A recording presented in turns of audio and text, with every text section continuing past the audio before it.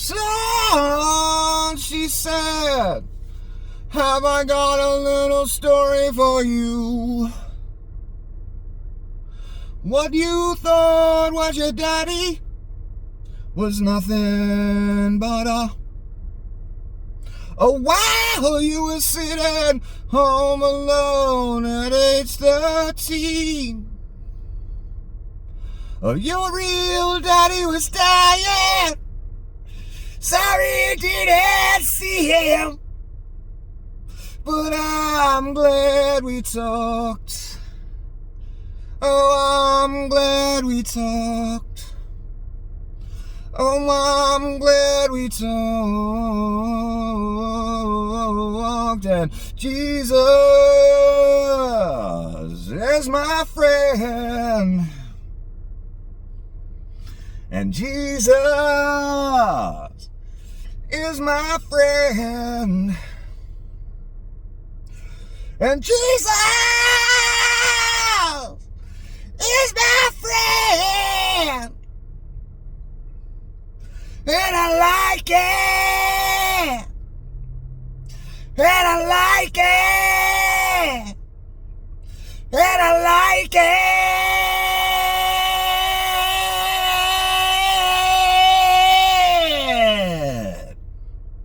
Anyway, I'm just fucking around, and I know that was horrible.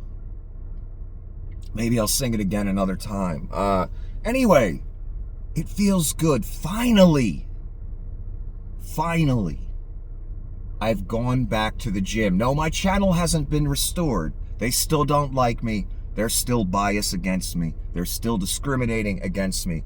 My channel is useless with 3,000 followers that I worked years to build. And, you know, the cubicle worker could care less about all my hard work as long as they get their paycheck. That's all that matters. Anyway, let's continue. Finally got back to the gym. I've been wanting to do this for like a year because I'm getting close to 50 years old now and shit's starting to sag. And I let myself get extremely out of shape. Why? Because I was working all the fucking time trying to keep up with the cost of living in this rip-off fucking state. It's not even close to fair anymore. When $20 an hour at a job, 40 hours a week for a man or woman is not enough to pay the bills for an apartment, cell phone, car payment, car insurance, etc. It's not even close to fair.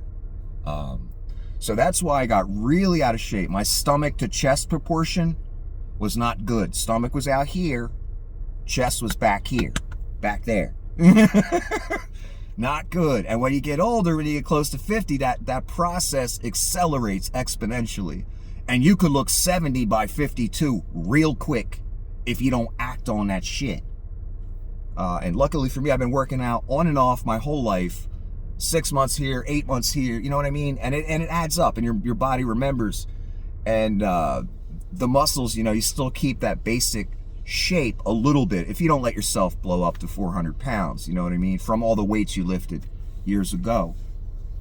And so it feels good again. You know, you can feel all your back muscles and your chest muscles and your bicep, your shoulder, you know what I mean? And I've experimented with different workouts over the years that are good for me specifically. Probably wouldn't work for everybody. Not everyone could do it, honestly. It's kind of rough. It's so good to get back. It's so good to not feel like shit every day because you're just out of shape and run down. You know what I mean? Believe it or not, hard exercise, it gives you more energy. At least this is what I found for me. It gives me more energy. Skin looks better. Circles disappear under the eyes after a while. You feel better mentally and physically if you do it right. That's the thing. You got to do it the right way for you. For me personally, since I was a fan of like weightlifters, whatever Arnold did, that's the rule of thumb I go by. Because he had the best physique ever, in my opinion, as far as mass and muscle. Anything Arnold did, that's my rule of thumb. If you want to know how to do an exercise, Go back and watch tapes of Arnold in the 70s. That's how you do an exercise. Perfectly. The right way to get results. Of course, Arnold was on roids. He's competing in Olympia. Not a fair comparison to a regular guy. But in my opinion, he took weightlifting to another level, to where you can custom tailor each part of your body, if you have good genetics, to look a certain way. For instance, with Arnold, I'll give you an example. I know no one cares, but I like the subject, so I'm going to talk about it. I'm going to get 30 views anyway. What's the fucking difference? Arnold, chest. Why did Arnold have like the widest, biggest fucking chest? Because he benched differently than other people. When he would do bench press, incline, decline, flat, whatever, he put the arms out way wide. He'd take a super wide grip on it. Now, when you take a super wide grip on it, it's going to make the chest wider. But there's a really more important exercise that does that, which I'll explain in a moment. So you take a super wide grip on it to widen the chest. And you get your shoulders back, of course, because you want the chest to do the work. So Arnold would wide grip all his bench pressing moves. So that's what I started doing around in my 40s. Why is wide grip different, and what makes it different? Wide grip is way harder. It makes the weight feel heavier, so you can't max out. Whatever your max is, 300 pounds, 200 pounds, however strong you are, when you wide grip, don't max out. You could really tear a pec muscle or something. You got to go lighter. But as long as you're getting that pump in there, a real pump, getting that blood in the muscle, it'll get bigger. You don't necessarily have to lift heavy as fuck all the time to get big. You just got to get the blood in there effectively in the right way and do the exercise right, which again is the shoulders back, chest out, push up. A lot of people say the philosophy is keep your arms close into your body and push out with the chest. Yeah, that does hit the chest. I do it the way Arnold did it though. Out wide. So my arms are not in here like this. They're out wide and it works. So don't ever let a motherfucker tell you that don't work. If you're using the chest muscles to do that, it'll work. Anyway, the more important exercise that Arnold did differently was the flies. When you lay on your back on a bench, you got a dumbbell in each hand and you're expanding the rib cage and the chest as far as you can go safely, and you bring it up in front of you like that. And there's different philosophies. Some people tilt it in, some people tilt it like this, some people just bring it straight together when they do their flies. But Arnold, what he would do, he'd take it to where his elbows almost hit the floor. It's dangerous.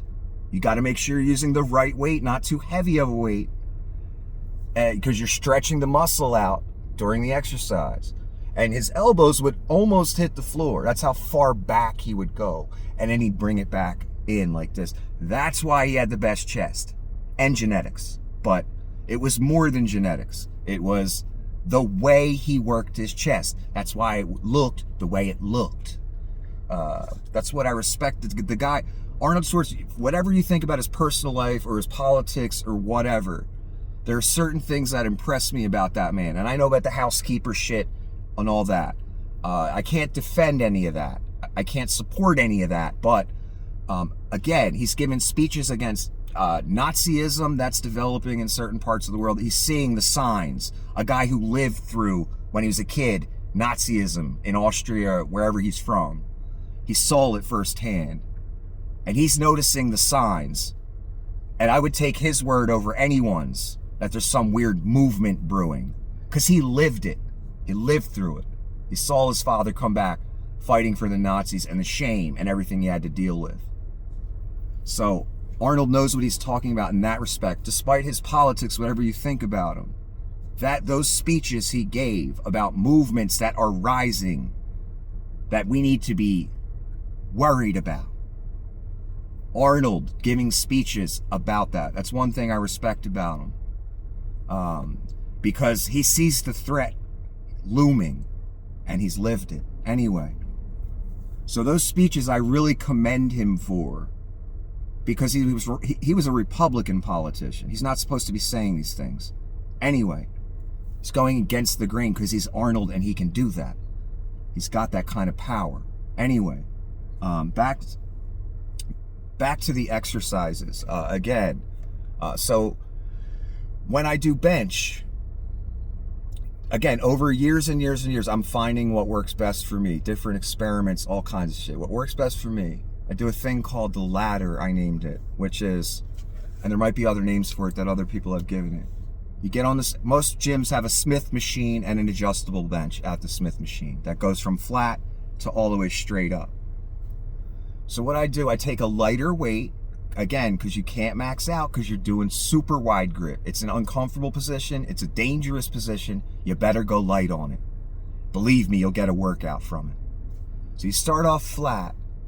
Do whatever you feel comfortable with because you're going to do about 7 more sets after that.